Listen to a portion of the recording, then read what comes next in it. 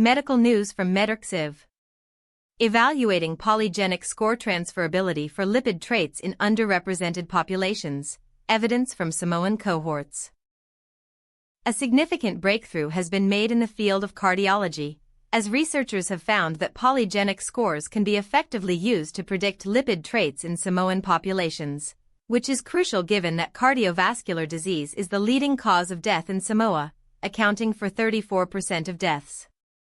This matters because dyslipidemia, a major risk factor for cardiovascular disease, can now be better predicted and potentially managed in this underrepresented population. The ability to accurately predict lipid traits using polygenic scores has the potential to improve cardiovascular disease risk prediction and ultimately save lives. The burden of cardiovascular disease in Samoa is substantial, and previous studies have highlighted the need for better risk prediction tools in this population. Despite the potential of polygenic scores to improve risk prediction, their performance in Pacific Islander populations has remained largely unknown, creating a significant knowledge gap.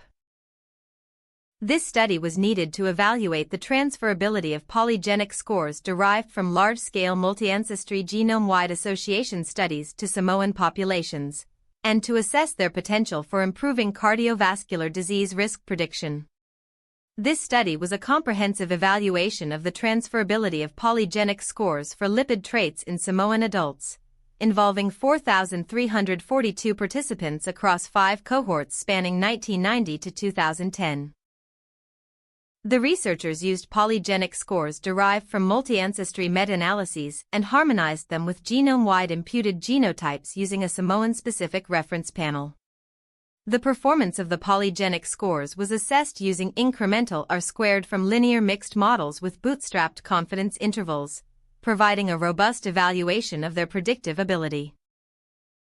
The study design allowed for a detailed examination of the performance of polygenic scores across different lipid traits, including LDL cholesterol, HDL cholesterol, triglycerides, and total cholesterol. The key results of the study showed that the performance of polygenic scores varied across traits and cohorts, with HDL cholesterol showing the highest performance, followed by LDL cholesterol and total cholesterol, and triglycerides showing the lowest performance. Specifically, the incremental R-squared values for HDL cholesterol ranged from 5.0 to 15.0%, indicating a significant improvement in predictive ability.